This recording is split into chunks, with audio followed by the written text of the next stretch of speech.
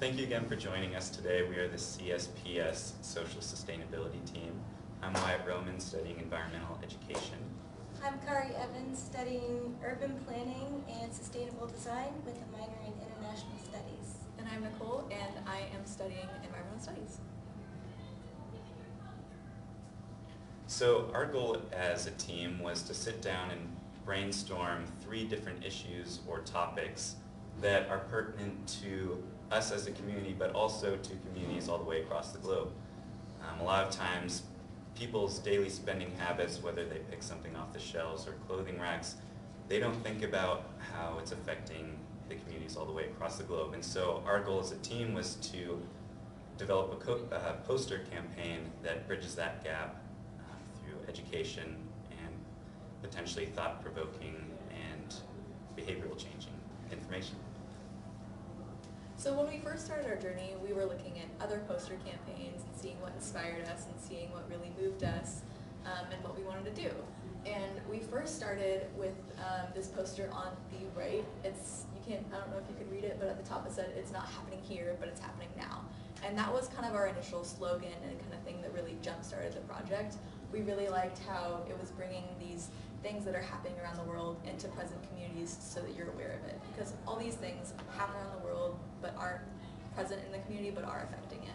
And then we also really love this campaign by WWF on the left that really showed the shocking changes that can be caused by environmental and social issues. Poster campaigns have had a significant impact on society dating all the way back to World War II. During that time, the U.S. was able to mobilize society and citizens with immaculate speed. Factories were overturned and consumption habits were transformed. This was in large part due to their awesome poster campaign that really encouraged people to question how their daily habits could have a significant impact on society overall. Fast forward to more modern times, and at the Manchester is My Planet campaign in the UK, this initiated in Manchester of Great Britain. Their initial goal was to get 10,000 pledges for positive action to reduce climate change. This included mostly an emphasis on a reduction in carbon emissions.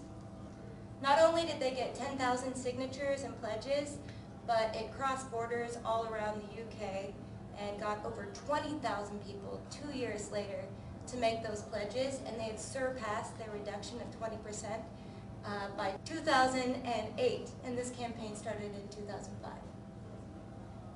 Another widely successful campaign is called Studies-WWII, and they are an international not-for-profit organization that created this campaign that was widely successful in Europe, and they put up posters all around universities and did like events where you can try and win prizes by reducing your waste. And overall, over 3 universities in Europe, they decreased waste usage by 22%, which is just a drastic number for a university. So these 3 people, lovely people displayed here, gave us advice along the way about how to go designing our posters and also promoting our ideas. So first up, we have Aleda Cervantes, the newly appointed AS Vice President for Diversity here. She really helped us kind of work around advertising that would, she would say, target certain ethnic groups.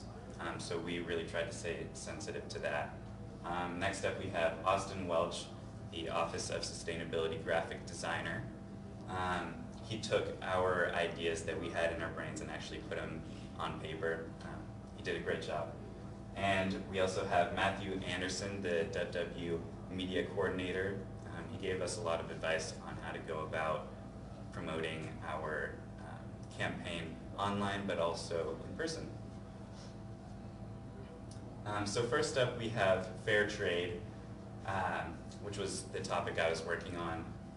And a lot of people don't actually know what fair trade is or how to look for a fair trade product. And fair trade products come in the form of food, spices, but also clothing.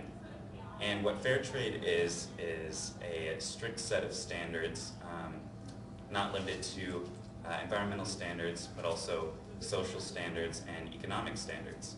And some of the environmental standards really work to protect soil, water, and biodiversity. And also with social standards for farm workers on fair trade farms is they are guaranteed freedom from harassment, opportunities for education, and also community development. And so there's quite a few different elements going on with this poster. First, we have the fair trade logo in the center here so people know what to look for when they're buying their products. And also within that logo are little coffee beans, fair trade of course. And also we developed a Instagram campaign, which is where the hashtag Think Globally, Act Locally comes from.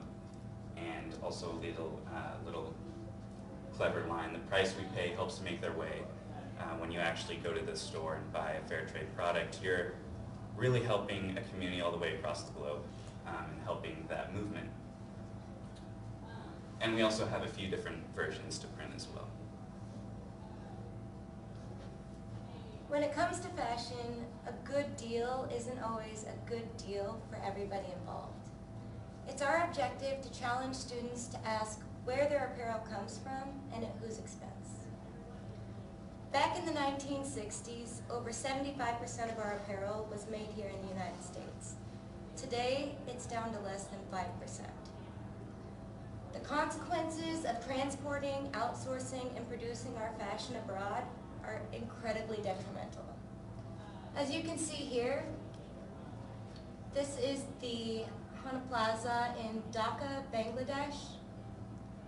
All of the clothes produced there were transported back to the United States and Canada. This involved incredible human rights abuses, people being paid less than a livable wage, also that we could have our clothes made somewhere else for cheaper. Not only that, but the carbon emissions, air pollution, water pollution, animal abuses that all go into creating the fabric of our clothes in the process of getting it back to the United States is incredible. You can also see the waste. Getting clothes at such a cheap price and then disposing of them because you can leads to incredible waste all across the board. So as a solution, we're encouraging people with our poster hopefully to say, how can I change this? We're encouraging upcycling, trading, and buying better products that last longer. These are some examples and just a little visual of the process that fashion goes through in order to get to us. Here are some solutions, other than just buying clothes for cheap and disposing of them so fast. Ways that we can prevent that waste and also prevent the detriment that goes into society and environment. And then here's another example from Levi's, just the process that they go through from their production to the end of their life.